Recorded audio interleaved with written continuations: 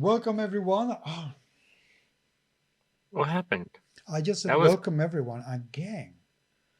I keep what? s- I keep telling to myself I am going You to start every podcast saying something else. And I you always don't start need you have a Yeah. catchphrase. It's fine. Yeah, just say maybe like welcome only that one person and okay, not every, but you you know know. what? I'm not going to edit this. I'm just going to leave it Welcome as everybody, but boom. anyone named John. I am Johns Yeah, are just not yeah, welcome here, but everybody. everyone except for you know who you are. You know who you Exactly. are. For and you, and what you did. Uh, Bartholomew Gonzalez, who lives in Valencia. You are not welcome here, but no, everybody else is everyone is. absolutely fine. And of course, slightly more seriously, this is the GMS Magazine podcast. I am thus far Paco Garcia, your host, one of them. This is Chris from Deus Ex Machina. I would say find me on social media, but currently, at the time of this recording, I don't have one.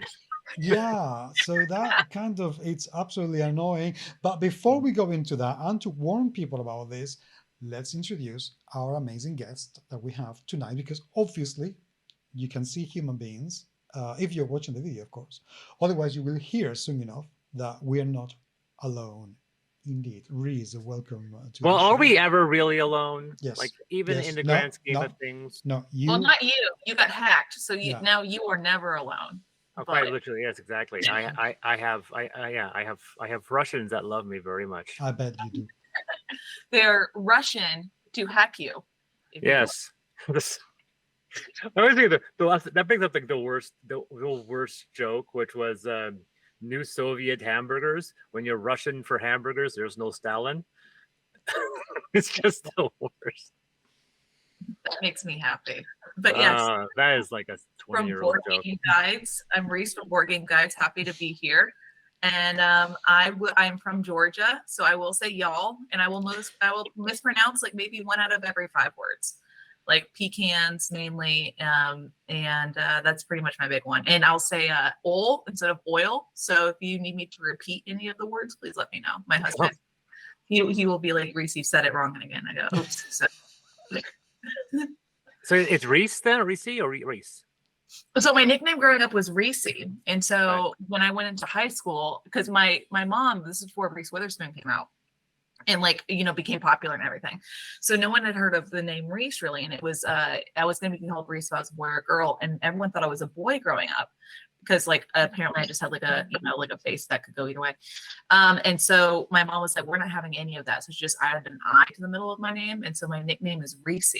So if you can always tell like who knows me, like my family and like everyone before high school calls me Reese. And then I went into high school and I was like, I'm going to be a professional somehow. It's like, I don't know why I decided that. I was like, I'm going to rebrand myself and go Reese. And then I just kind of, I like Reese. Whenever I go into like gaming, I'll actually introduce myself as Reese because it's just like, that's kind of like the inner child part of me that's really fun and energetic. And then if I'm like, doing like a work project or something, I'll go by Reese. So you can literally call me anything and just like make somewhat direct eye contact and I will respond. Well, for me, one of my friends, unfortunately, he still, I think he's 4 years old still, because he still refers to it as a Reese cup. He refers to Reese's peanut butter cups. He calls it a Reese cup, and we all point him. So when you say Reese, I go, oh God, I gotta, now this guy's thoughts is embedded in my head. Yeah. So yeah. So go ahead. Oh, I was just gonna say my big joke. If you need another joke for this guy, right? So it's instead of Reese with a spoon, I go as Reese. Usually it's like with a cup of coffee or with a pen, and so it's Reese with whatever I'm holding. That's how I usually do. Reese with a cup. Reese with a cup. Yeah. If it's after 5, it's Reese with a margarita. If it's a good day. But now it's Reese with a board game company. Ha segue. Segue. What up? That's a solid segue, I will say. So you reached out to me originally, and you run a page called Board Game Guides. Can you explain to us what that is? Yeah, so that's my own company. So I'm a marketer by trade. So that's kind of like I went into school for marketing. I did all my internships. And I was talking to someone in the industry, and they said something really interesting to me. And what they said was that the number one problem that the industry has, meaning the hobby board game industry, is that no one knows it exists. And I thought that was very interesting. To me, that was a marketing problem. And I was thinking, well, I love board games. I've been in it for a while. And how can I be able to help to educate and also get more people involved in board gaming? Either, that have not really been in board gaming or kind of a board game adjacent. And so I created my own company to be able to help get more people into board gaming by connecting people's interests really into different games and being able to introduce them into board gaming. Because I think like a lot of what I also realized when I call it board game guide specifically is because if you don't, I think that there is a learning curve, right? It's a languages into board gaming. There is like a learning curve getting into it. And I think that what I'm hoping to do is be able to help people ease people into the hobby, get their feet wet a little bit, and then let them go off and be able to also support probably local game stores. But I really want to be able to help get people into the hobby.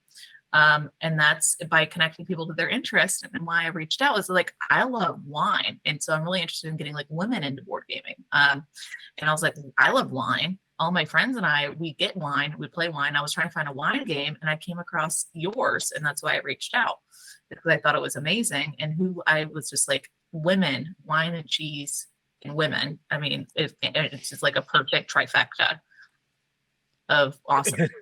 Well, for me, it was interesting too because there's about a dozen games based around wine, but they're all about running the winery. Like the economics, picking grapes or running the business themselves, both vineyards and viticulture. And my wife and I, we've been to about 200 wineries in BC, and out of the 300 and some that they have there. And I figured if I was going to design a game, I wanted to design a game about what we do, which is visit wineries.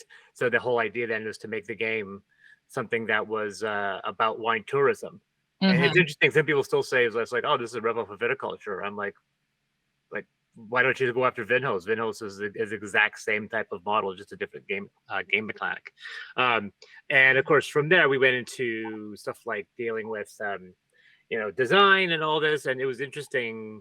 Like we made just automatic choices by having a biracial couple on the cover, letting backers back and purchase themselves to be on tourist cards, and then finding out that they were all white, and then having to add about another 8 or 9 cards from friends of mine in the industry. So the choices like that, try to increase that inclusivity to that marketplace, because unfortunately, I hate to say it, but Paco will agree, it's an industry that has been unfortunately plagued with a lot of I don't know what the word would be. Tradition is probably the safest word about how to do things and how to present games. Mm-hmm. So it's more, yeah, exactly. So because you want to get more people in the game, but you're still approaching it from a direction of trying to promote that inclusivity. It's not just women. Right, exactly. It's really being able to promote underrepresented communities and getting underrepresented communities in gaming. And I think too is that how can I be able to also like go out and find games that show representation? I think that's incredibly important, is to have representation in media. And I believe that board games is a form of media. And I just, I think that one of the things I found actually in my research, and I am a sponsor of, is a great award called the Zenobia Award. I don't know if you are familiar with it. It's an amazing What's award. It called again? The Zenobia Award, Zenobia, okay. ZEIA, and it's actually about increasing diversity within the historical wargaming or historical gaming sector.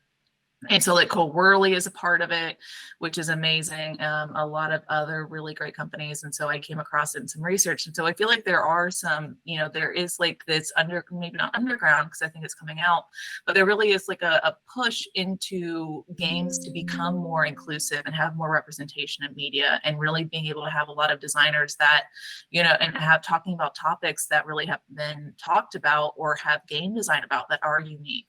And I'm just really figuring out like, how can I be be able to, in my own little way, be able to help to support that and be able to also help to take these games when they are, about diversity, to be able, and underrepresented communities, and being able to help to connect them into the people that they will really love them and it would really connect with. So that's something I'm really passionate about. I think you've because we have some similarities. It's a very difficult thing to do, isn't it? Because since I started a year ago, I decided, I wanted to do something similar, but instead of going for underrepresented communities, I wanted to go for underrepresented countries. So most of the games that I cover in So Play We All are Asian games or games from countries that you wouldn't usually think about. Right. So I've got to interview people from Armenia or Croatia, loads of people from Singapore, Vietnam, Japan, Thailand, that you don't usually see those games unless a big company takes a designer and then publishes the game under a different name or a different publisher's name. And it is really hard to get people galvanized into taking a look into them, isn't it? Because people are very used to looking at the wow factor and the big glittery names. How are you finding when you try to promote these games to people? Are you finding it easy, difficult? What is it like for you? Yeah, I think it's a great question. Do you mind if I think about it really quick? Yeah. I think I want to make sure I think really what it is it's about being able, I find it really joyful, quite honestly. And so I think in regards to, is it easy or not? I think it really comes down to, it's my job to make sure that what I'm doing is correctly taking games and being able to figure out where are people that would love them and being able to get it in front of it. But I think it's also really an education on myself, right? I think that's what what's been wonderful is I've been able to educate myself, but that means also being open to learning and asking really difficult questions. One of the things I really want to do is make sure, for example, is that I'm being helpful and not harmful. And so what does it mean to be helpful and not harmful? And how do I make sure that if I have a game that I think is, representative, that it actually is representative in the way that I don't, in a lens that I don't have, for example. So like I have a friend of mine, Jackie, and I will go and I think that there's a really great game. I'll actually go to her and I'll say, hey, Jackie, can you take a look at this? And can you give me, what is the art style of this? Is this being truly representational? Or is this someone's, is there like a whitewashing factor on it that I don't really, and someone's coming at it and they're trying to be, but they're really not hitting the mark because they haven't really taken the time to be able to look at the cultural significance of, or the cultural significance and the cultural language around it. And she'll give me honest feedback. So I think that for me, it really starts with me making sure that I'm doing my research first in regards to making sure that if I take a game or I take, for example, like one of the things I've gotten into is role-playing games. Mm-hmm. And I think there's a wonderful role-playing games, but there's one called Wickedness that is done by Possum Creek Games. It's just fantastic. And that actually uses a tarot card deck to be able to play. And so I went with my friend Jackie and I, went through around to make sure I had really representational tarot card decks. And I was like, could you take a look at these? And there were some where she said, like, this is not representation. This is whitewashed. I would not recommend it. And there were other ones she said, like, this is, you can tell that it's from the culture. There's no appropriation. It really is representational. And those are the ones that I'm really being able to put in trying to promote the work of. And so I think that for me, it comes first from an education and comes from a very serious part of me making sure that I'm trying to be helpful, not harmful. Second, it comes from how can I be able to make sure that I am, once I'm in those places, to be able to present it to someone, that I'm doing it in a way that is also staying in my lane in regards to saying, like, I've done my part about educating myself and trying to, make sure it's representational, but how can I listen to what people are saying, if it is or not? And I think overall, though, I think being open to making mistakes too. A lot of people have had a lot of conversations and they said, you're going to make mistakes. You're going to say the wrong thing. You're going to, but a lot of people, they said, just give yourself grace and be able to also allow other people to give yourself grace. At the same time, I'm a perfectionist, which is really difficult because I don't want grace. I want to be perfect now. I'm an impatient perfectionist and I want to be perfect now all the time as soon as possible. And so that's been really something where I just feel that if I can go with it with my heart being in the right place, which is I want people to find things that they associate with and that make them feel seen in a way that is truthful and honest and authentic, then if I can come at it from that perspective and give myself grace, then it is joyful when I'm able to see someone see that they are represented in a medium that they typically don't see themselves in. That could be tarot cards, that could be board games. You know, I'm going into looking into seeing about jigsaw puzzles too, because I feel like that's adjacent. And I'm working with like small businesses that are, you know, queer, BIPOC owned, you know, Black owned, African American owned, and being able to work with these businesses that I think have something amazing and connect to people, you know, through my methodology, which is marketing, that means something to them and makes them feel seen. It's just joyful. I know that's I'm not a very concise person. I'm a very thorough person. So I hope that was helpful. I hope it answered your question.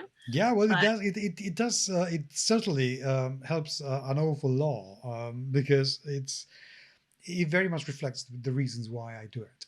You know, because I'm not particularly interested in huge number of followers or a huge number of views or anything at all like that. I just want to help. So as far as I'm concerned, if I can promote a game from a Japanese company that otherwise would not get any kind of exposure whatsoever, and somebody comes and say, "Hey, I find that interesting," then I'm happy.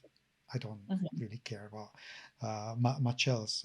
So I'm okay with that. So it definitely mimics an awful lot of my feelings about promoting games from that otherwise would not really get an awful lot of attention, unfortunately. Yeah, very few companies we've seen, unfortunately, that get a chance to break out of the region. I mean, even my game, you know, the whole intent hopefully was to, you know, even though it was called Naramata, it was named after this region, Okanagan wine country. It was the attempt to try to, the same thing like Carcassonne is based off of a name, Ulm is based out of a name. So it's just like the name itself is irrelevant. It's designed to be having an association with the name of the game, but it was still difficult to find appeal outside of my my local area, outside of my province. And we've seen a few times. Renegade has done it a few times where they have imported titles from countries and then translated them. One really good example in my collection is Kepler 3042, I think. And it was imported by Renegade. They made it worse, unfortunately, not from a gameplay perspective, but they wanted they took out what I thought was the more realistic depiction of the subject matter, and they decided it needed to go a bit crazier. So the spaceships went from looking like analogs of 2001 to something that you would see in a comic book. And that was a little disappointing. And I can't remember who that other Chinese company that has an American distributor that we see a lot of their titles. I love the small box games. It's not Oink Games, is it? No, somebody else. We've had a couple games. I know Sam Healy has been a champion of their titles for a very long time. Like I said, we get very few examples of that. Going on yours, about your selection, you have. I don't know if this is an indicator of something that's going to happen more so within your website. You have your standard deduction, party games, word games, but you also have a section called powerful games. Yes. With 2 specific subdirectories for neurodiversity and Parkinson's. Now, why did you decide to do that as a separate element? Yeah, I think that's a really great question. So, I mean, truthfully, it came from the fact that so the story behind it is I lost my mother to Alzheimer's, early onset Alzheimer's, about 2 years ago. It was 2 years ago on Halloween. And so I think when I was going through, the story behind it is I was playing games. I've been in the hobby for about 4 years at this point. And after playing a Dale of Merchants, I was thinking, oh, I think I'm really using my brain, right? It's a deck builder. I was really complicated. And I thought, I don't know if I won or not, but I remember being like, oh, I think I'm using my brain. Am I using my brain? And I'm a very curious person by nature. And so I went through and I said, like, do board games work your brain? And I became fascinated with the scientific research that's coming out. Usually it's a lot of research that's coming out after 2020, actually. And so what I learned, though, is that board games they may be able to help prevent cognitive decline, which I realized what I was doing at the time was by playing games, I was actually able to help prevent the same disease that took my mom. And then that got me really into what else are board games doing, right? And in regards to scientific, in regards to brain benefits. And I read every single scientific paper that there was. I talked with the scientists, and I think that I learned that there are a lot of uses of board games that are really interesting. For example, Dixit is being used a lot with research for autism. And I talked with the scientist about it because it teaches theory of the mind. So it's allowing for a very great way to use perspective taking in a way that is very friendly and not confrontational and very easy to be able to do, but is a really great skill that could be used. And they're actually doing a lot of research now. And you can go online in Essen. There's a video that they did as a Essen during Essen Research Day about the research that they're going to be doing with autism and Dixit. And then I went through and I was thinking about with dexterity games, right? I actually took games to an assisted living home because I really wanted to be able to, based off of this understanding that games may be able to prevent cognitive decline, how can I be able to help people in my community using the methodology of games, be able to use their brain to be able to help them also prevent cognitive decline potentially. And so I went through and I got involved with a company through that, which is Holly Robinson's Pete's Autism Foundation out in Hollywood, Hollyrod. And it's all about autism and Parkinson's. And so when I donated, 600 different games of Dixit to be able to let people know about the relationship between autism and Dixit. I also went into learning about Parkinson's and thinking about Parkinson's and how, dexterity games could be really great to be able to work with Parkinson's, but also what are games that don't involve hands, for example, right? What are games that don't involve being able to use your hands? And I was thinking like code names, and what are games that could be helpful with the brain benefits, but you have to also could be helpful with the brain benefits, but are not limited by somewhat what they're going with, like with the different physical reactions to different diseases. And so why it's particularly regards to neurodiversity and with Parkinson's is that's really what I was working with and creating the website was for Holly Robinson Pete's. I'm actually working on a different website, version 2, which is going to have a lot more and that are going to have different games about how they're going to be able to work with, different diseases or different, different disabilities or, being able to work with what people have, but being able to use the brain at the same time. Does that help to answer your question? Yeah, actually, I can't speak for Paco. I mean, as someone for me who's quite high on the neurodivergent scale, my ADHD can sometimes be a superpower and sometimes can be a detriment. And I only found out about my being on the spectrum, very high functioning earlier this year. And it manifests in ways that some people notice, some people don't, like my capacity to not look into a camera. But which is the reason why, as I always do, I use the system that allows you to put artificial eyes on so you don't see. That's really nifty. What a technology. Yeah. Although it creeps Paco out. Now, for me, now it should be noted. I want to before I get to the next point. I just want to make sure that loyal listeners, Frank, and other people who are listening in, I just want to make sure that you are aware when we're talking about Dixit, it is Dixit. We are talking about. That's the version of Dixit we're talking about.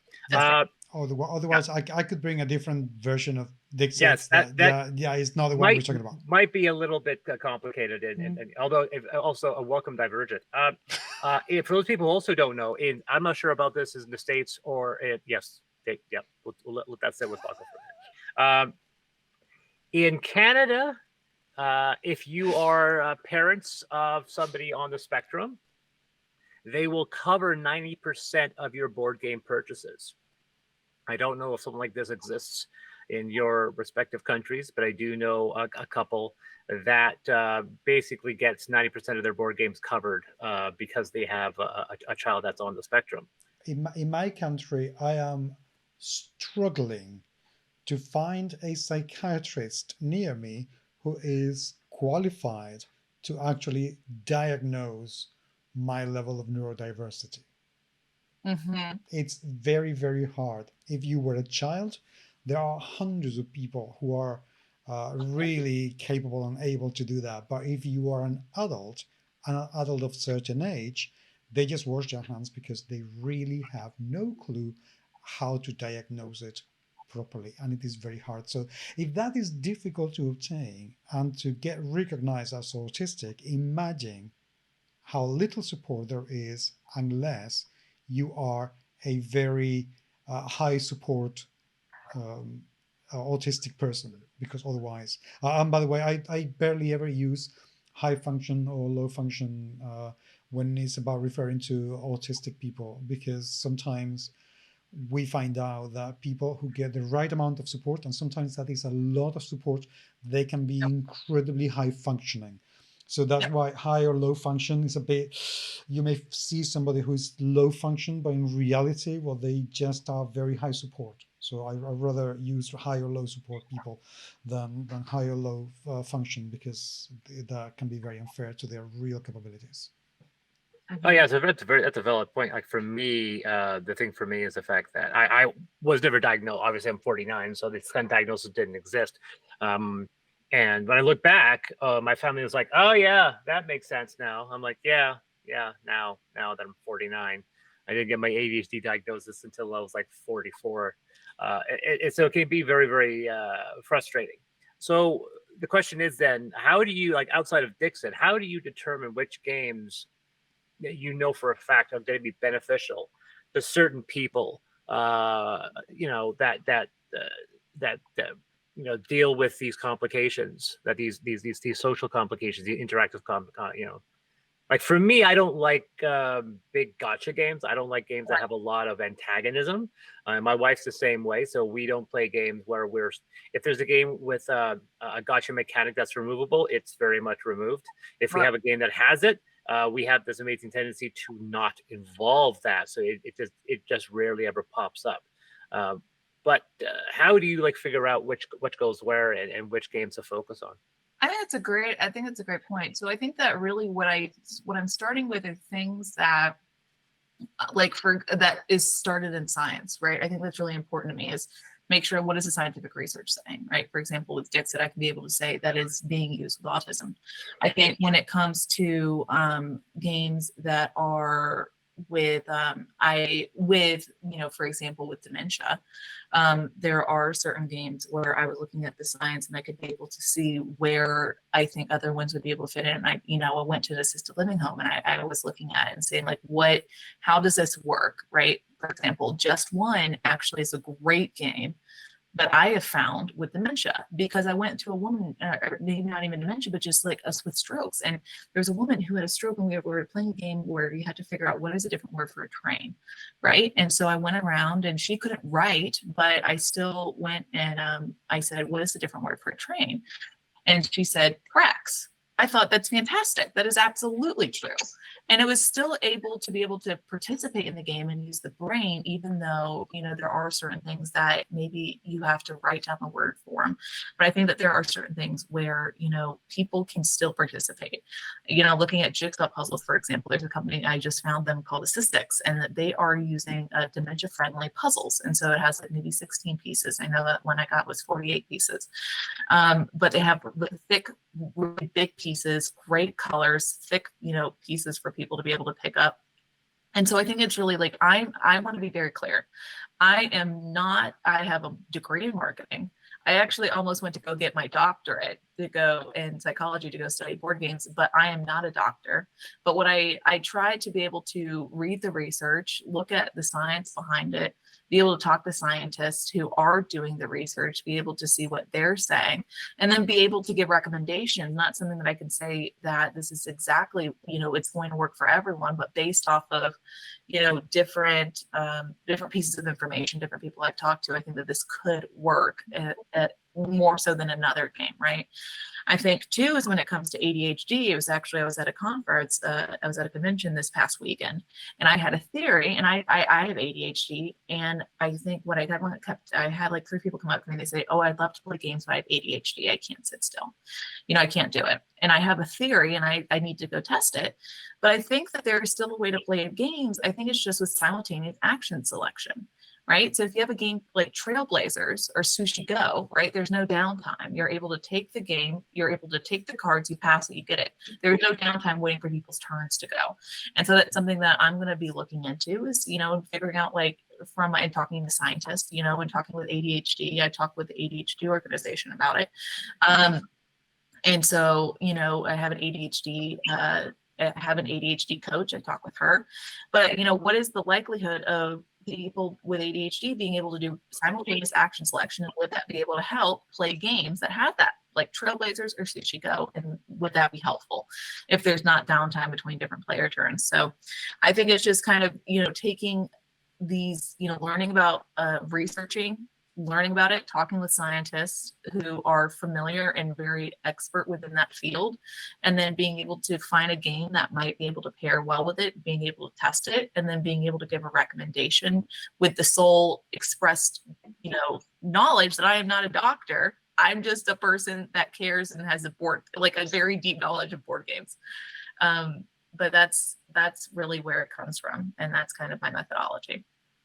Yeah, for me, someone with that, I have several. Like for me, when it comes to ADHD, very specifically about not sitting still, it primarily my route of trying to focus is it's a game like Century Spice Road where the turns are seconds, and where even with 4 or 5 players, you don't have time to sit still. You have to move around, and it's your turn again.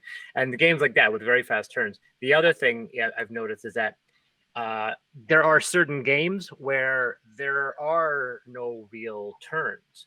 I can't remember the game I just played that had it, but the most dominant one that would be Dinosaur Island, which is a Jurassic Park kind of satirical game. And there's 3 phases to a global round. And the longest one is you taking all the assets you've acquired through the first 2 phases of the global turn and doing all your own stuff. And you basically just get to muck around with your paddock, buying things, making dinosaurs, moving dinosaurs around, and you do all of this on your own. You have no need to interact with anybody. You're doing this entirely on your own. It's entirely on kind of the honor system because you're using resources. And since it has no capacity of interacting with other people because this is your park and not someone else's, you don't interact. And I've noticed how incredibly useful that is. The other thing I also noticed is very useful with neurodivergent is if the reason why puzzles work so well is that puzzles allow you to create something. At the end of the day, you're seeing something that's functional. So many games are like, what did you create? Well, I created a mess because now there's a pile of chess pieces on this side, a pile of chess pieces on. I've created an empty space with nothing to accomplish. But when you have something like an engine builder, I think also like that, at the end of the day, like my wife, in many ways, sometimes she focuses on what she's accomplishing in the game rather than whether or not she's winning. Right. We played a game called Homebrewers with a friend of mine named Bo, and he's an avid beer drinker. And Homebrewers is about making your own concoctions. And I won the game. He got last. He got second place, but he said I got the moral victory because I know the beer that you won the game with, and it is disgusting. My beer is actually going to be good. My beer is this is actually good beer. This is beer that I would buy. I'm taking the moral high ground on this one. And we joked about it. And the thing is that is, once again, sometimes my wife will focus so much on the act of creation. Sometimes that's more enjoyable than finding out ultimately who wins at the end. And there've been games we played where we've enjoyed the experience of the game so much, it didn't really matter whether or not we won. And of course somebody won and we're like, yeah, fine. But someone says, I enjoyed the experience. And so for me, those are the things that if I was someone to say, I need you to find me games that'll help with people with autism or neurodivergent and are older, obviously we have a lot of the people who are young who are neurodivergent that games like Scythe might not be terribly interested in them. But as someone, I know for a fact that the other thing also is if my turn is complicated and it's not dependent on other players' interaction, then I can spend the entire outside turn going, solitaire, Make your turn. multiplayer Yeah, solitaire games are absolutely yeah, fantastic for exactly. that. It's and which is hilarious too, because so many of those games get absolutely crapped on in the marketplace. To someone that says, "I don't want to play a solitaire game," you know what? A game where 4 or 5 people battle for resources, but the vast majority of the game is a solitary experience. You'd be surprised how many people love that thing. I mean, even when I was doing with my game, you basically you can see where players are going. They can kind of interact with you, they can mess around, but ultimately there's always going to be an option. You do that option, you grab the cards, and at that point someone else could go. And I say that, it's like, once you've picked your action and you've advanced your clock and you've taken your resources, nobody has to wait for you to finish your turn, because there's nothing that they can do that'll change what you're doing once you have those cards. And that's a way to reduce. And people go, people say that game's like 3 hours. Like, no, I complete the game in an hour. Just don't stand around waiting for somebody to finish their turn, because nothing that they're doing is going to affect you. Move on to the next person. So that's something that's very, very fascinating. I just figured I'd want to volunteer that. Paco, do you have any questions on that one before we move on? Yes, actually. You mentioned about how to choose the game, but I have a particular difficulty, which is that for me, reading and understanding rules one after the other, they get completely messed up. That's why my friends think that I invent the rules. When I try to explain the game, I'm not really inventing the rules. I just remember them completely different from how I actually read them, and sometimes in the different order. So how do you approach when people actually want to learn some rules, especially some slightly more complicated games, but they do have these difficulties? What do you think companies should do about rules explanation? Because I think instructional designers are very thoroughly needed within the board game industry.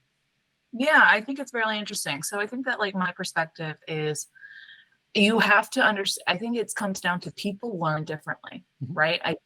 It comes down to it. I mean, there's so many wonderful, and also people have differences. So I feel like it's really important to acknowledge that, and then be able to help to see how can you design or be able to have a game that, and with instructions that people can be able to learn in different ways. For example, Spots is wonderful. I love Spots. Dice roll game about putting dice on dogs. But what they've done is they've been able to say that, okay, there are some people that are colorblind, right?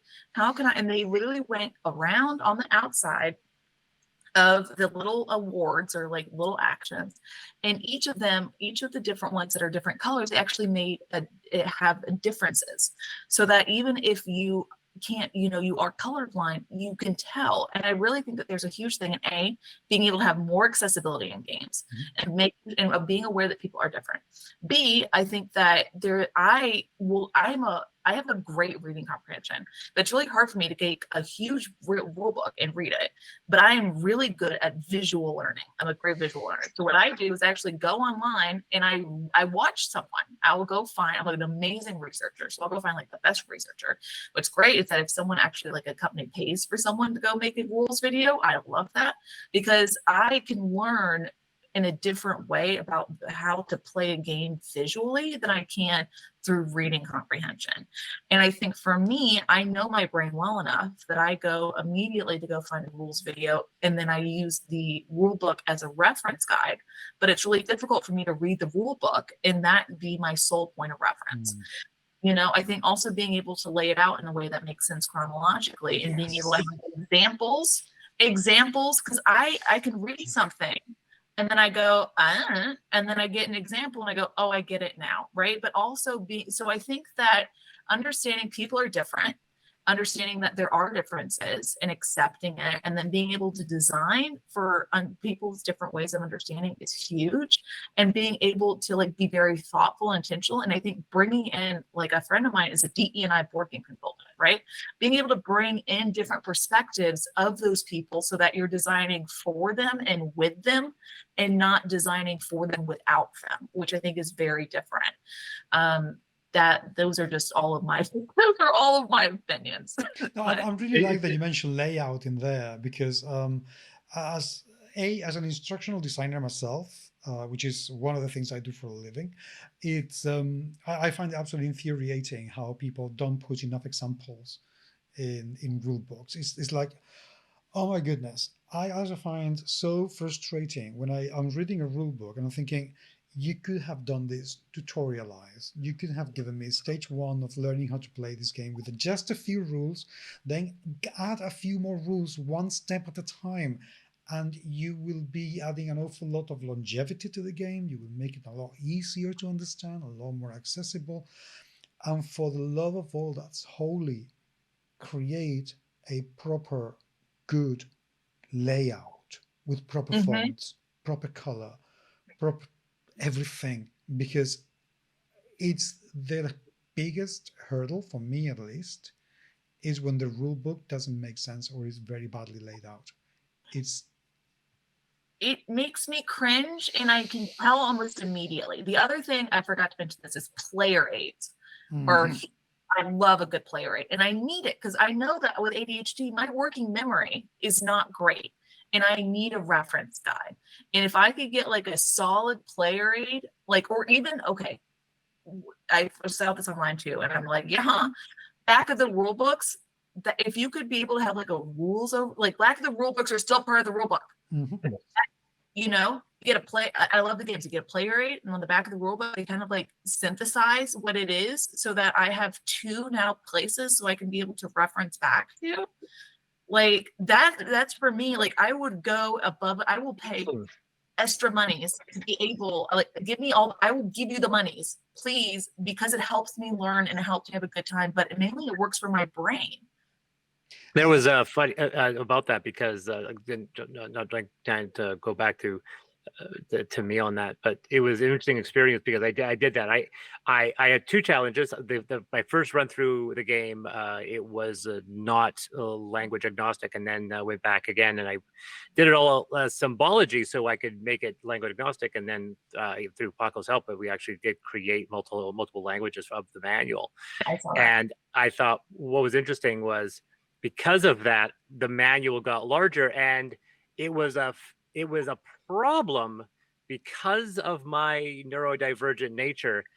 I can't just say things verbal. I have to like go crazy. I have to explain everything in exquisite detail.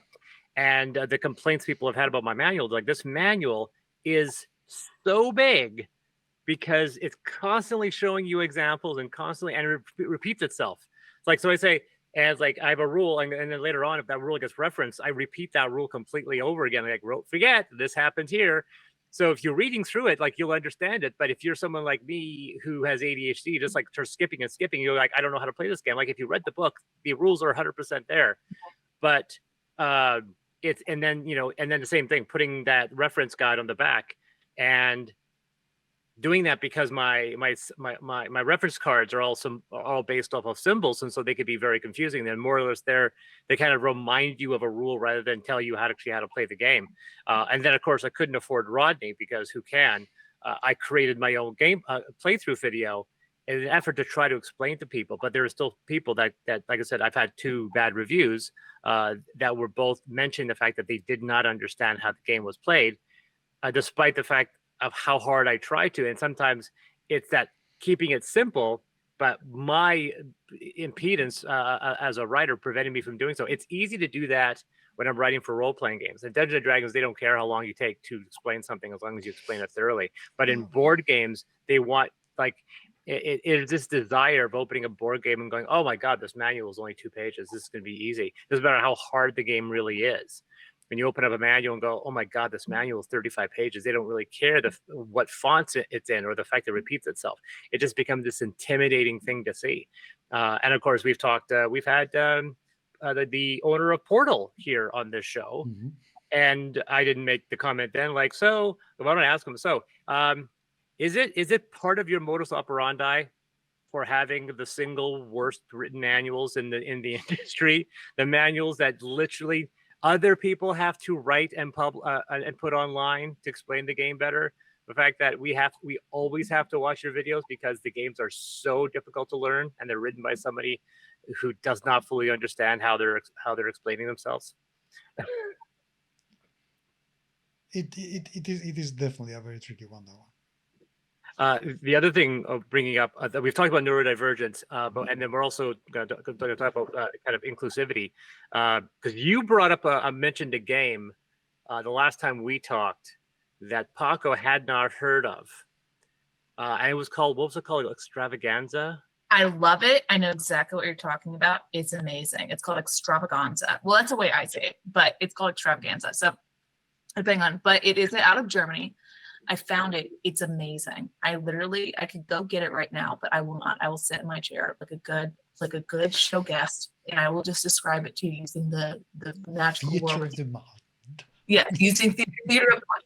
No, but it's an entire board game I found out of Germany, and it is about drag racing. So it's about drag queens, and it is magnificent. I adore it completely, and it's done by. So I've talked to the creator of it, and so it is done.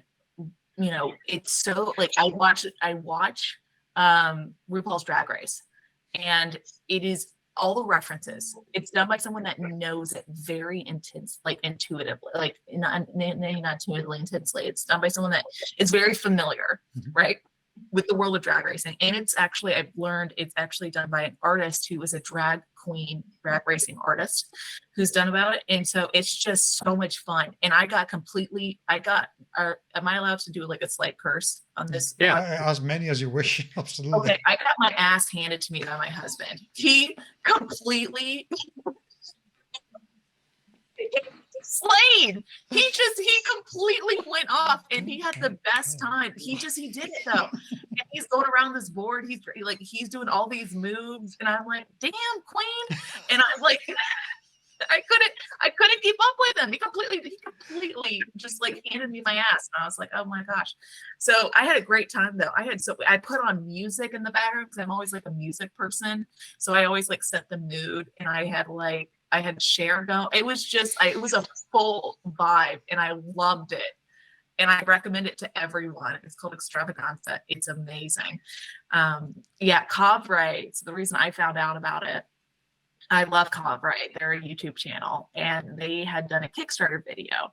Also, I forgot the name of it. It's I believe it's something like Gamer Guy or something like that, but they also did a Kickstarter video of it. And I was like, what is this? And then I went and I ordered it, and I was like, holy cowlito, this is amazing. And so then I got in contact with the creator of it. But yeah, it's called Extravaganza, and it is just, my husband completely rocks it. Like, and I love him so much, and he just like owned it. And he's like, and I'm like, damn, it's great. Paco, I think you need to show off your sauna game. Well, unfortunately, I don't have it here with me, which is very annoying. But this year at Essen, I got a game called Gay Sauna. I've heard about this. It's this. I approached this booth. My husband, when he came to the booth, because I immediately showed the game to all my friends. You know, I showed photographs in my WhatsApp group with my gaming friends, and immediately my friend Mireia said, "Oh, get me a copy of that game because I have a friend who's going to absolutely rock it." So I went back to the booth. I went back with my husband, and he said, "This place is full of pretty people, isn't it? They're all gorgeous."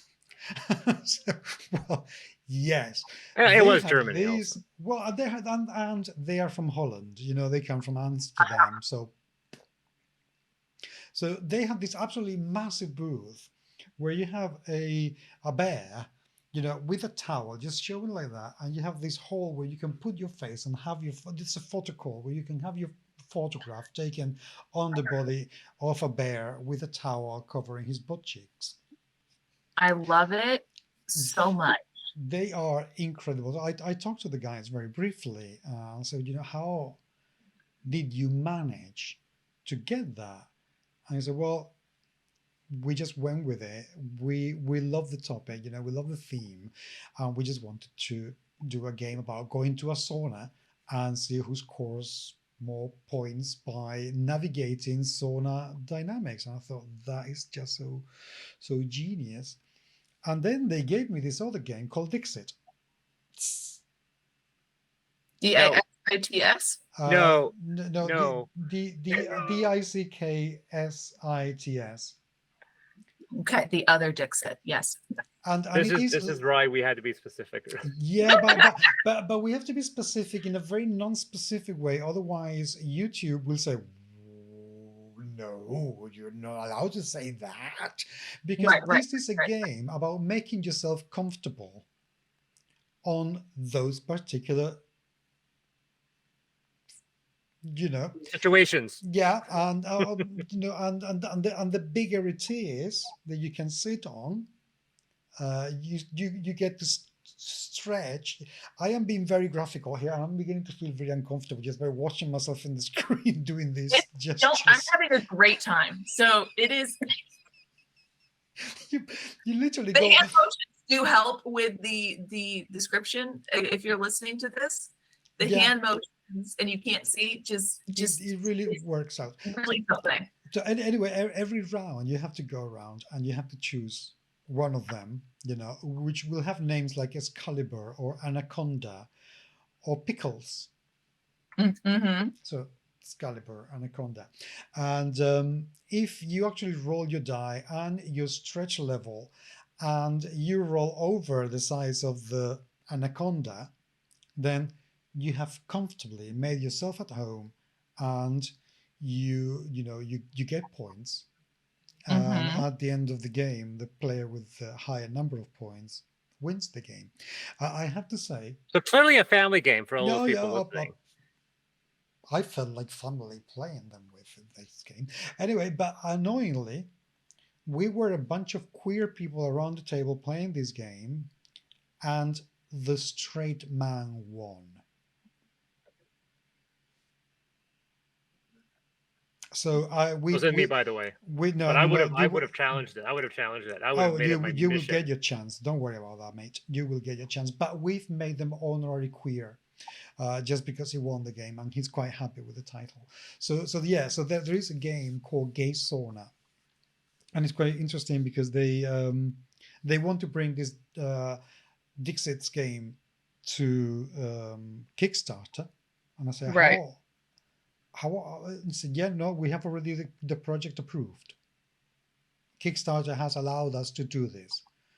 I said, but you realize that they are never ever going to show it to anyone, because those Kickstarter, if they feel that the content is iffy. I have a friend who made a game which is a dating app simulator called Is a La Match. And because Kickstarter thought that it was too close to the bone and actually promoting a dating app, they cut all the visibility. Oh. So unless you actually had the link to the game, it would not come out anywhere in any search engine. They would not promote it. They would not show it in the newsletter, nothing at all. And yet, these people for the Gay Sauna, they managed to get $30,000 in Kickstarter to promote, to get a Gay Sauna. Yeah, that goes right to grassroots. Right to grassroots.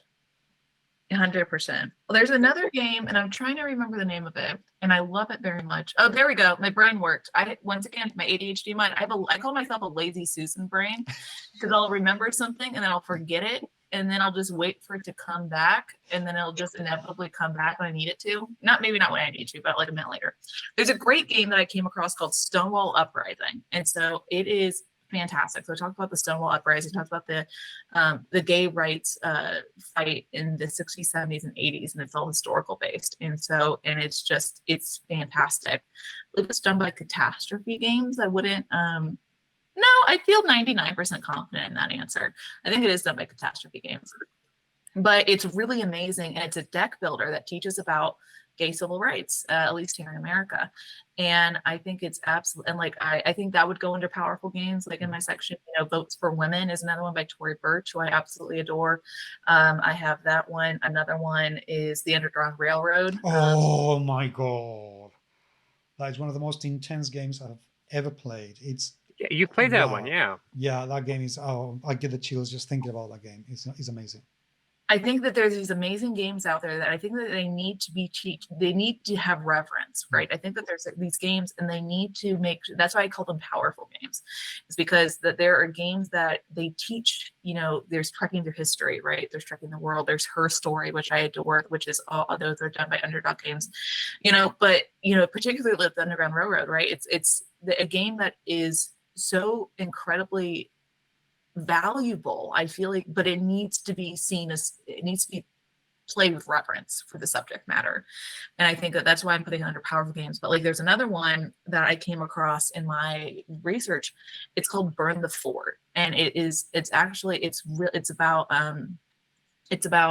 indigenous people in America, and it's about colonization, and it's about their how they came back and they rebelled against colonization in America, right? And so, and it's a game that it touched me in a way because of the subject matter, and it touched me so deeply because it's a way someone can express themselves and express something through gameplay, and it's a complete opposite to how like my ancestors came over from England and Germany, I was so taken by this game of it's called Burn the Fort, and you get to play as Indigenous Americans or Native Americans, or I want to be very correct, and I'm not doing the very best job, but I want to be very correct with it.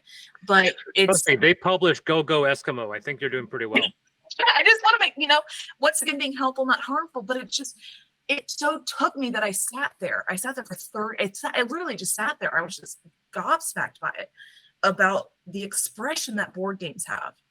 That someone went and they said, I'm going to make a game about anti-colonialism, right? And about my people going and rebelling against colonialism.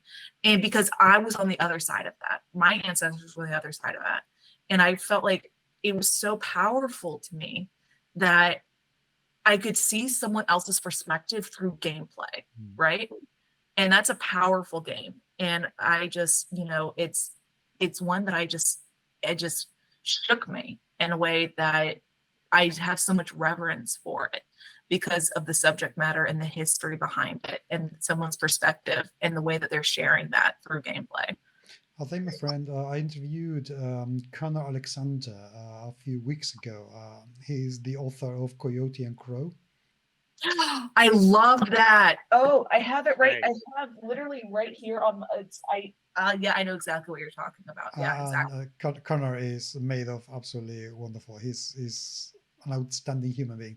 I think he's the one who mentioned to me for the first time Burn the Fort, and I thought it was, wow, this is very daring. And I bet if you're an American person with European ancestry, I bet it is quite hard to play at times. I mean, it took me. I literally sat there, and it just like it almost brought me to tears, I think. And it's just so moving because it was done with, I feel like it leaves me, I still think about it and I just can't express it enough because it's like, there's another one and I thought about it and I was like, I'm going to do it, and I recognized, and I thought that if I put it if I can get it and if I put it on the website, I will lose people, and that's okay with me. There's a game, and I cannot remember the name of it, but it's out there, and it's done by I believe it's done by a defense attorney, and it's about how to get home safely in traffic stops, right? And it teaches about how to get home safely in regards to what do you do in traffic stops. And I just sat there and I went, it's so like, I don't care at this point. Like if I lose people, if some people might say, I don't, because it does have a cop on the front of it. And I'm like, but the message is so important. And if I could help someone like through putting this game out there and being able to say like on my website, hey, here's a game. It's important. It's powerful. And if it helps someone get home like from a traffic stop safely, like, okay, like I'm okay with that. I've made peace with that. And I feel like, but there's so much like powerfulness of gameplay that like games are such great teachers and they're such great, they just leave me.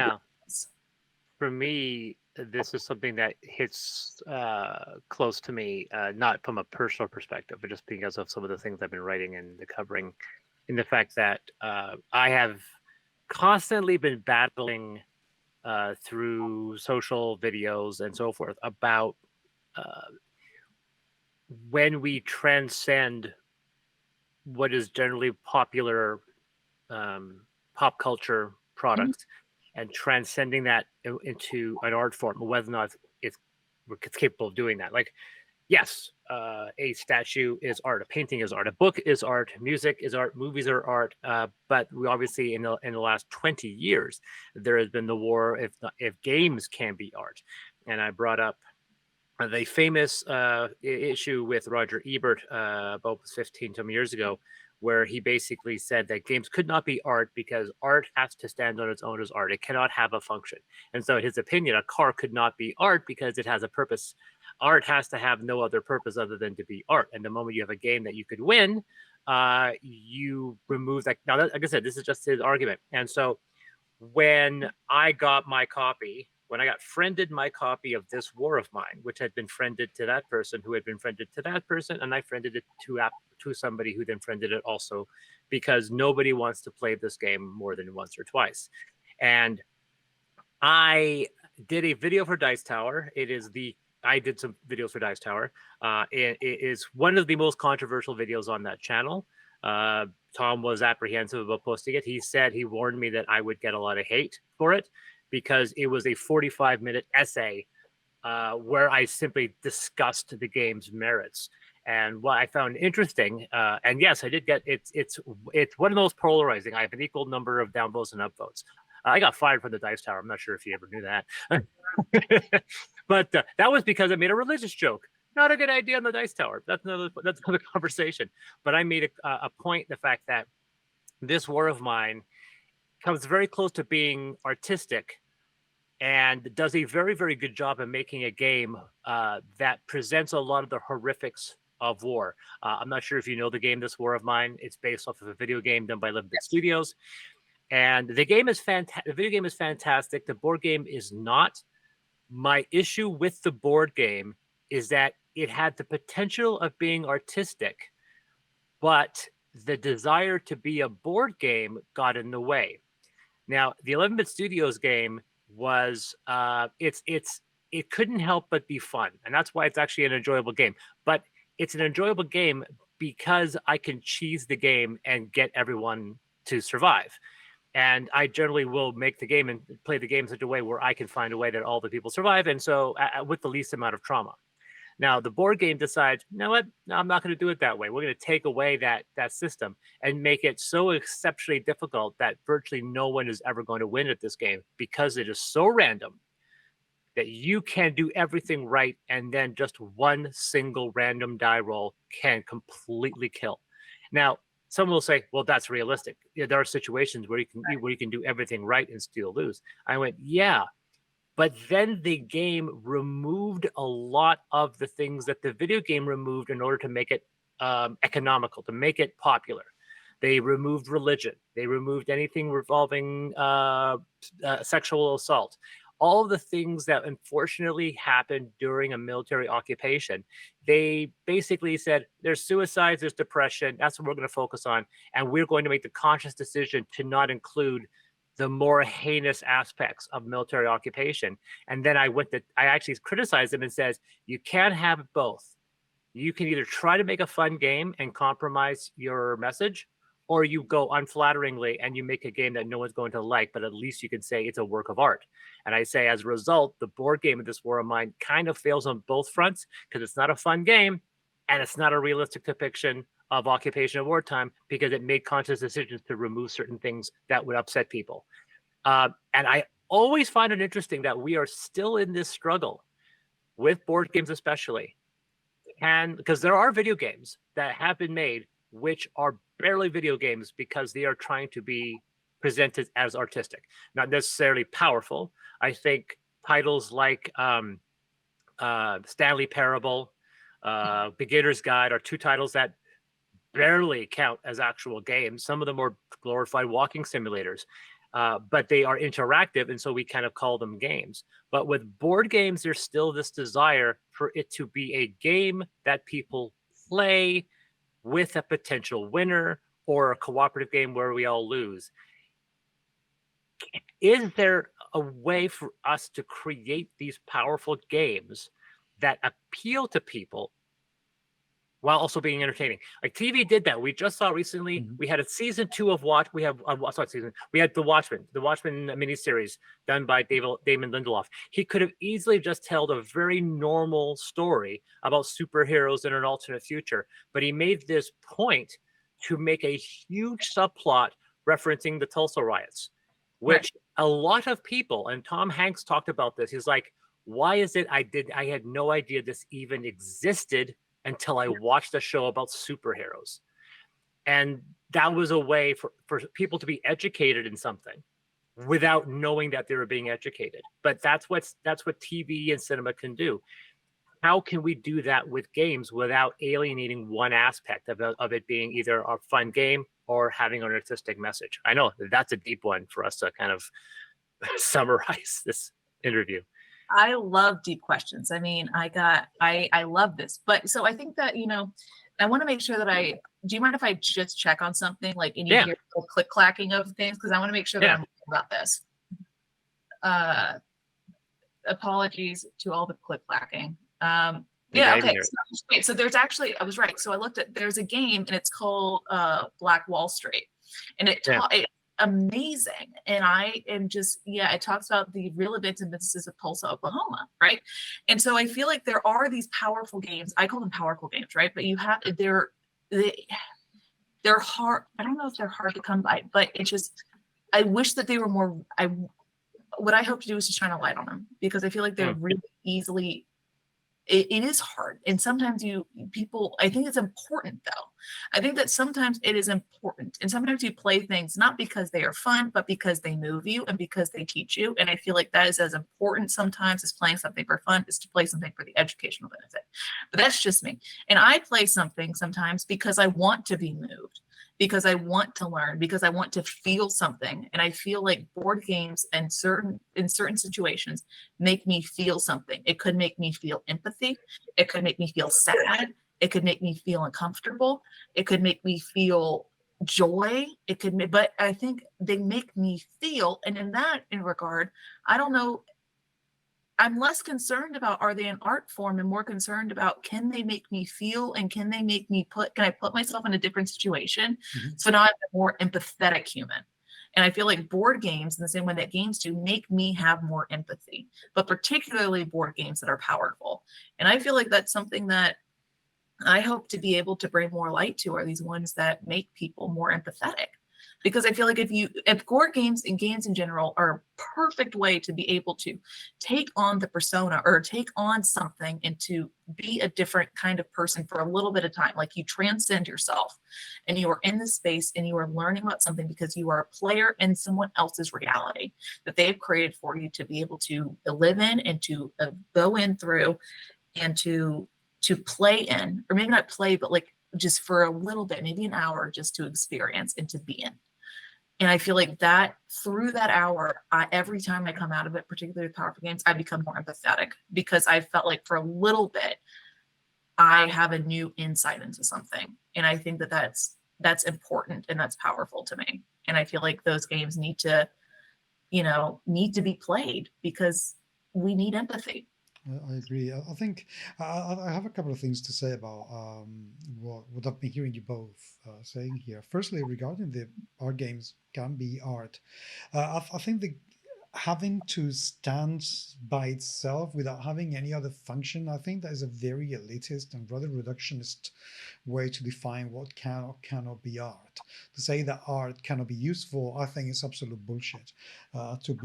My favorite quote on that is that if something moves you in any capacity, even if it moves your bowels, that should be considered art. And that was, of all people, the guy who wrote Hellraiser. I think anything that's created with the intent to be art is art. Oh, I like that one. That's a very good one. I don't care what it is. The bottle, the Coca-Cola bottle, have been this perfume bottles. They have been created with intention to be art. Why shouldn't they be sculptures and be art? That was. I'll even counter and say that it's as much intent as it is reception. you can determine something as artistic because of how it affects you, even if the intent was not meant to be artistic. That would make it, as far as I'm concerned, that would make it debatable. Can art be involuntary? Could be. Could Hmm. be. I don't know that. That is something we need to look into, and I will need to reflect an awful lot on. So I don't know. But secondly, also, Chris, you were mentioned about this game is either fun to play, or why do games have to be fun to play? Why can't a game be actually like this word of mine?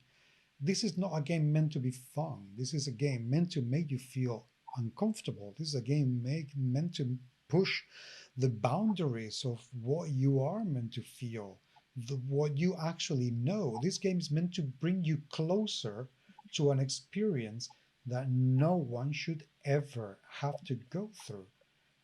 And as far as I'm concerned, that will make it a very successful piece of art because not just moves but impacts you. And this is where I will go into the empathy bit that you were mentioning, Reese. That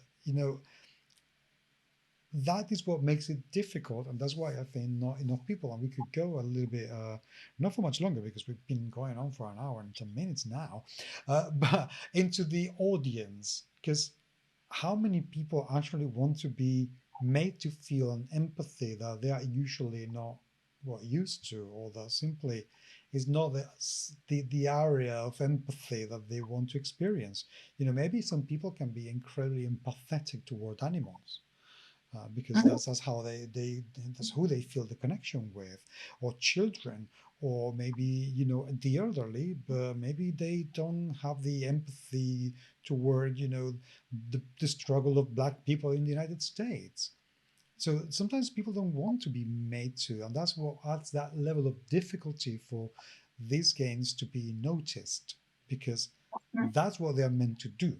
So as far as I'm concerned, the Underground Railway, that should be in absolutely every single school, not just in the US, because I am not from the US, but I was touched to see all those meeples on the ground, to see all the people we lost whilst trying to help everyone else get out and get a better life. I mean, I will always remember that second, and it was as close to an epiphany as I've ever had playing a board game. It was amazing. So, my question would be to you as a marketeer, and I know that this is a very, very difficult question to answer, especially without having any time at all to reflect on it. But Yeah. how can those games be marketed when people aren't really that interested in that side of the gaming experience, and what they want is fun, because that's what we've been told the game is meant to be. I think it's a very interesting question. I think that the thing I would think about is does everyone want to have fun in a game? I think that's what people think, right? People Mhm. think that I want to have fun. That's what people assume. I think there's an assumption there. I think that what the assumption could be different from what some people, not all people, not Mhm. maybe not even the majority of people, but I think that I might not be a unique case in the fact that I want to be moved. I want to learn. I want to experience, and I want to be made to feel something, Mhm. right? And I think that the way that you market that is by being transparent in it. It's not by saying that this is going to be easy, right? You have to be honest. You have to say this is a game that's important. That's why I say it's powerful. That's why I say I very clearly delineate on the website what kind of game it is. I try to. Because if you're looking for a powerful, important experience, these are the games that you need to go. They are valuable, but they are powerful and they are different. They're not going to be your easy, good, like your easy time, your fun time. There's not going to be like the laughter or everything like that. But is feeling something is equally important, I would say, and as valuable as laughter? Maybe to some people. To me, it is. Mhm. Other people, it is, I think. But I think that when it comes to marketing it, you have to be honest about that fact. You can, if you trick someone and you say like, here's a game that's going to be fun, and you give them, I feel like people are going to have a negative reaction to that, right? They're going to say, this is not what I signed up for. But if you say, hey, this is going to be a game that makes you feel, that's important, that's powerful, that is empathetic. It's going to be maybe uncomfortable at times, and people know going into that, and they accept that, and they buy into that, they purchase the game. I think that that's how they're going to come into it, with that mindset. It's already going to be primed, and they're going to go in and play it, right? But I think that it's also, the way that I market it is just honestly, it's truthfully, it's saying, here's what it is. It's powerful. It's empathy. It's moving. And it's up for you to determine, are you going to do that or not? Are you going to go on that path? And that's where I can't take you. I can't say, I can just say, here it is. Here's what the experience you have. Do you want to do this? And that's where I can leave it. There's the balance here is that, and this is one person, obviously, as sort of my age, I've been doing this for a while. I know I always look at Star Trek as the solution. And the same thing we just talked about Watchmen. How do we try to, because like I said, there is going to be a natural resistance. And I said, yeah, I think I challenge people to make a game about a topic, make it cooperative, and have it no capacity for you to be able to win the game. And my criticism I said about this war of mine is that I feel that they should have gone further. They should have made a game more nihilistic. They should have made the game more hopeless.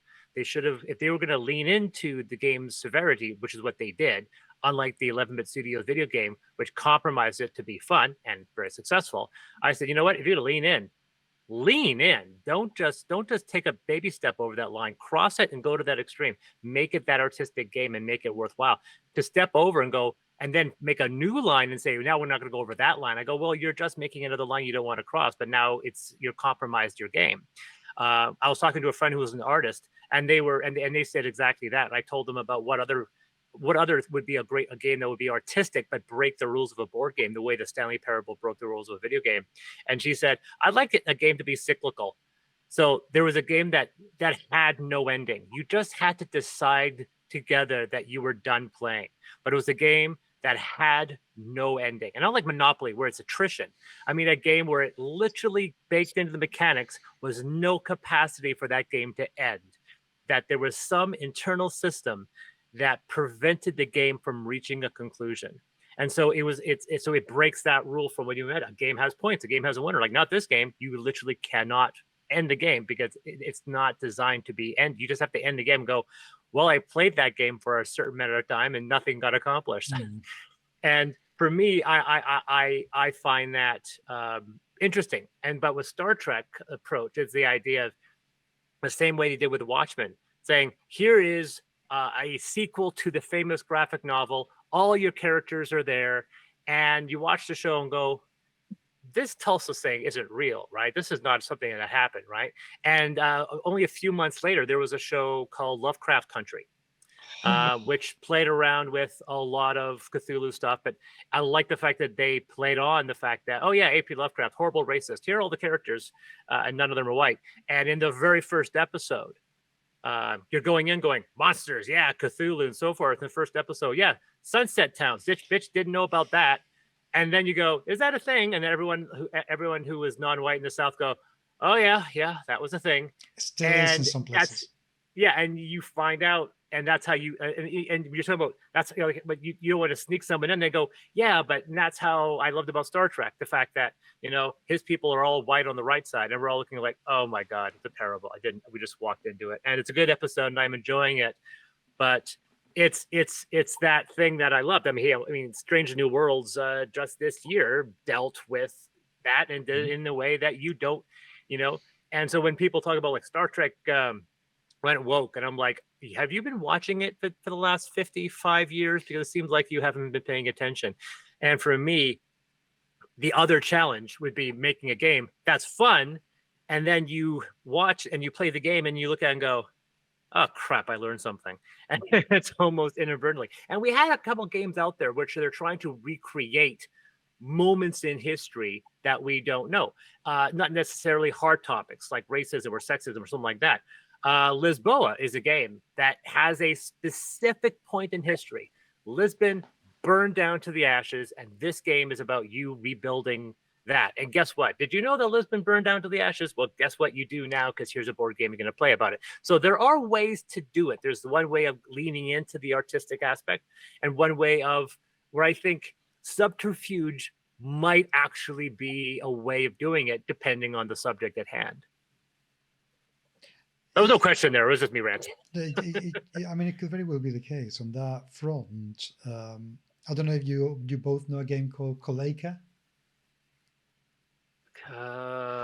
It's a Polish game, and Kolejka literally mean queuing. You know, doing a line. You know, waiting for things to happen. Right. And in this game, you are somebody who has to go in a queue in different places to get different goods, basic goods that you need, you know, like food or medicines or book or appliances. And the game gives you some cards, like for instance, if you are carrying a child, then you can move 2 steps closer to the front of the queue because you have a child. Or if you are sick, then you can jump the queue and get closer. So at the end of the game, the person who's managed to get the most resources is the winner. So we played the game and we were, this is so fun. And Anya, who is one of the people, you know, the wife of my friend, and she's Polish, is that, you know, this is how it actually used to be. This is all based on reality, and this is a game that the Polish government commissioned to remind people of what it was like to have to queue during communist times. And it was like, boom. I love board games. So yeah, like I said, every single game designer should watch this and go, okay, what am I going to do that's going to have some kind of social importance instead of just being a game about.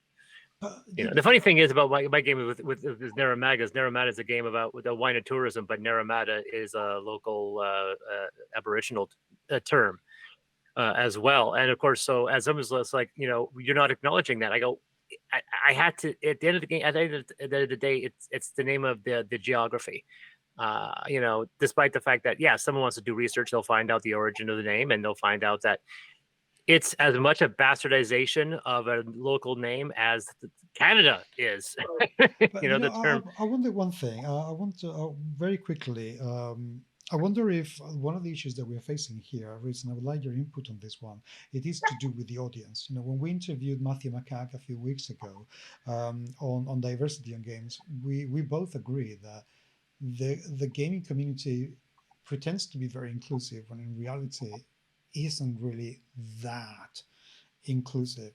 And the moment that you change a game, I think it was Mombasa that was changed a couple of years ago to change the color of the dice from black to pink, because the black dice were, funnily enough, used as the dice that you use for what were effectively slaves, and they changed it. And I remember around me here in Spain, there was a massive hoo-ha about why do they have to do that? Why should it matter? Any of these things? This is complete and utter bollocks. And it was very difficult to explain to people. So do you think that the gaming community really is as inclusive as we would like to believe? Or do we still have a long way ahead of us to make us as inclusive as it needs to be for these kind of games to receive the spotlight that they deserve? That's interesting. I think the gaming community is the same as all of us, right? I think that we are gamers, right? But I think that there's my hope, and I'm trying not to overgeneralize, because there are exceptions to everything. I think what it comes down to is I think it's an individual choice, right? It's an individual choice of Do I want to play games for fun? Which I do. Like, and I'm not saying that I don't. I think that there's certainly times where I want to play a lot of games for fun or because I like a theme. I think it also comes down to an individual choice of, do I also want to be able to play a game that is empathetic and makes me move? And I think it's an individual choice more so than like as a community, right? And I think probably if I'm looking at and once again, I'm trying not to overgeneralize, but I think that there is, my guess is that younger generations, right, like millennials and Gen Z, might be more interested in looking at these more social topics, right? And I don't know, I don't have the data behind this. I haven't looked. And typically before I say anything like this, I like to look at market research and everything and do it. But based off of what I've learned, I think that there is probably like a younger generation probably of looking at having games for probably more social issues if I was just based off other things. And I think being able to look at and have different perspectives and being able to look at them as more art forms. And I don't have any data to back that up. I'm just saying that based off of other ones. I think that, but ultimately what it comes down to is an individual choice of what am I doing with the entertainment that I have, right? Board games are entertainment as a form of entertainment. Am I looking to be entertained? Am I looking to learn? Am I looking to be moved? Am I looking to have empathy? And I think that's an individual choice that everyone needs to be able to look at. And I think that there is an audience for them. I think that there's also, though, it's harder and maybe it's more time consuming or maybe it's more difficult to be able to market a game that is not seen as purely being for entertainment as it is being for educational and for empathetic and for like purposes as some of these other more powerful games are. I think there's also a little bit of society there. One of the things that I'm noticing as I cover more and more Asian games is how much of their, I'm going to say, peaceful aspect of their culture they imbue within their games. There's an awful lot of games about food. There is an awful lot of games about, I have games about going on a bike ride in Taiwan.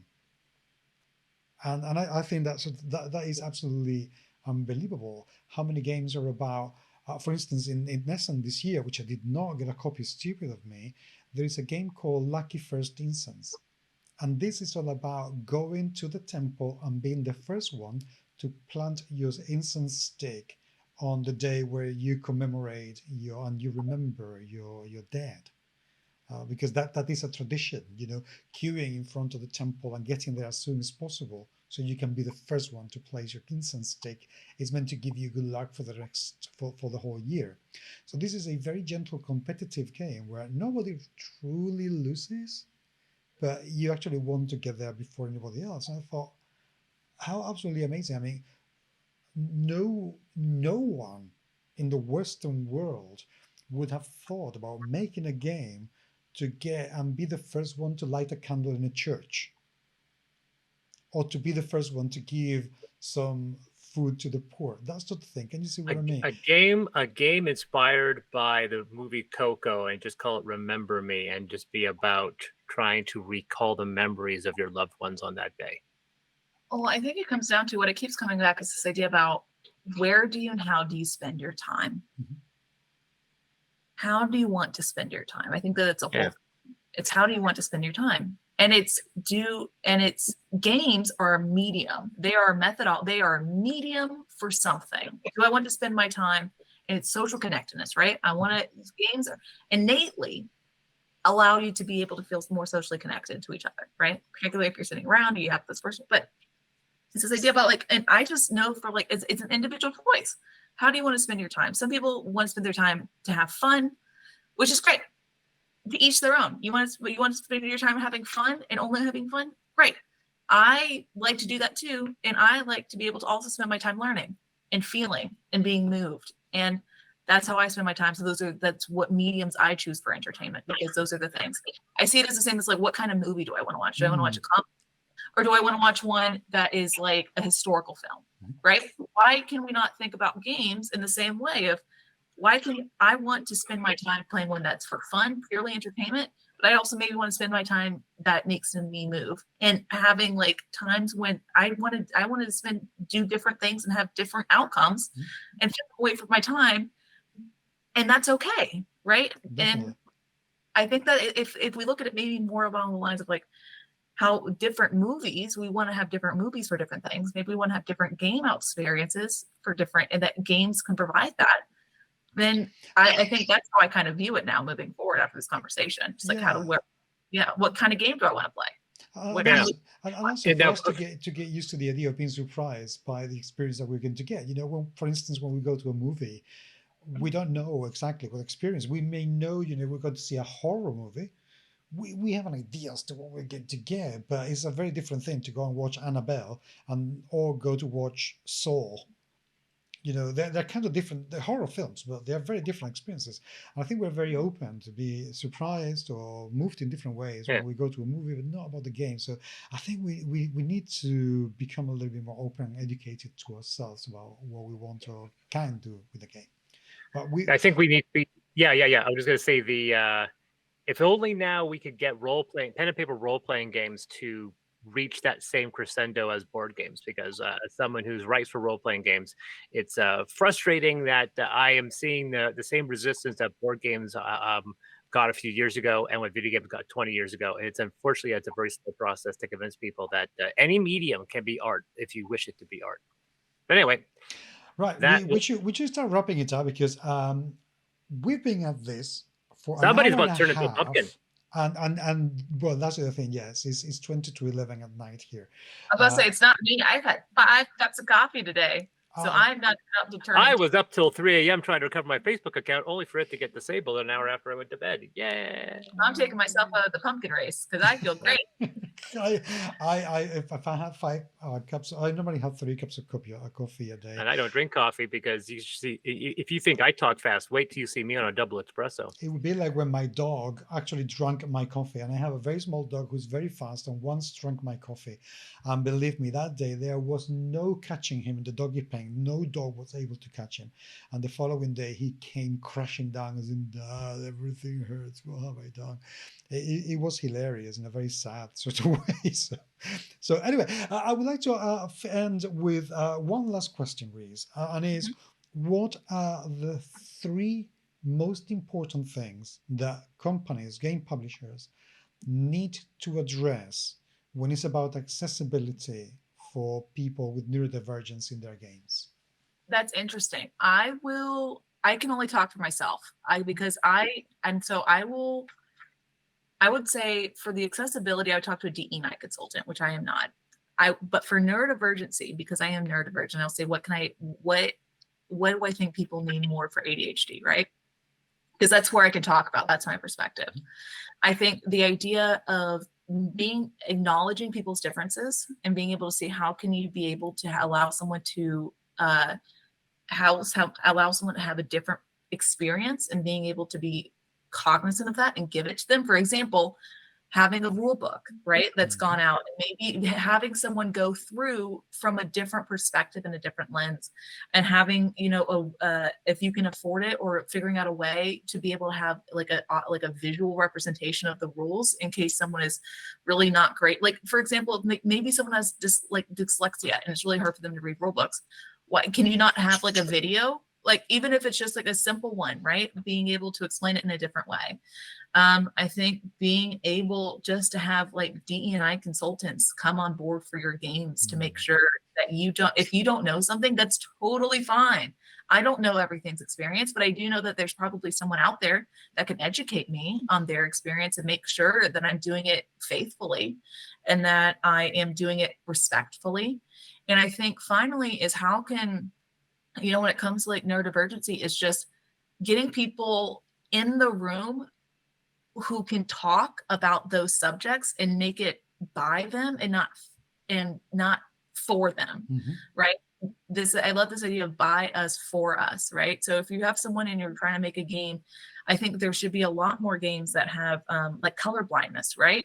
But have someone who is someone who is colorblind, and I know this because I have friends who are doing this, come in and actually help out and make sure that it is a game that is. Stonemaier Games is wonderful for this, by the way. I love Stonemaier Games. Jamie from Stonemaier Games is fantastic. He's amazing. But like, how can you have someone come in and actually speak about a subject rather than just be like, hey, I need to make a game that's, really over colorblind. Let me just try it and be like, no, can you have someone come in who hire someone who is colorblind and is it their job is to help you make sure that your games are like accessible. So I just think that like when it comes down to it, like if you're trying to make a game that's accessible, like hire someone whose job it is to make that game accessible and actually listen to them because they know. And I would say that's it. Just hire people to help you. That's what I always say to people. If you want to make really, really good layouts, you want to have the best layouts, hire a dyslexic to do your layouts. Because if we can read it, anybody else will be able to read it. So get somebody who do it. So yeah, I love that. I think that is a very, very good point.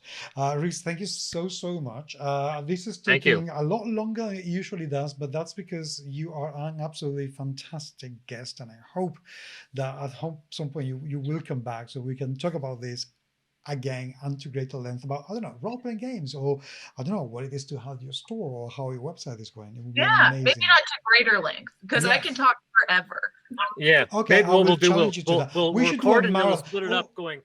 We should do a charity marathon where we can actually do a number of hours of talking about games for charity, and people can give us money so that we can give to charities while we talk about games give for us 24 hours non-stop. Stop. Yeah, exactly. Yeah. That would be I'm incredible. not a concise person. I tell my husband like completely agrees. I'm a thorough person. But anytime you want to be thorough about something, I'm very happy to come on. And I promise in my other parts of my life, I'm a complete dumbass. I swear to God. Well, maybe you should come on when we, because I said next week we're going to be, we'll go back to a regular format. I think I got a review and an unboxing, but I think that's like session 0 has been on my list in our chat. Has been on our list for. No, you don't need to talk to me about session 0. Talk to Jay Dragon. This might be on the podcast. I don't know. Jay Dragon does the best session zeros. Maybe not the best. Anyway, not it, because that's all, suggested, all the stuff. Anyway, some of the best. And I think that it's just the consent. I love consent, and I love making sure everyone is safe. Safety first, right? And so I would say, don't talk to me, talk to Jay Dragon. But I'm welcome to be like, there you go. There's Jay Dragon, because Jay Dragon does it amazingly. And I've talked to, Jay about this beforehand, and I think Jay's amazing. But yeah, so anytime I have you back on, happy to come and talk. As you can see, I'm very good at talking. Maybe not good at talking. I can just do a lot of it.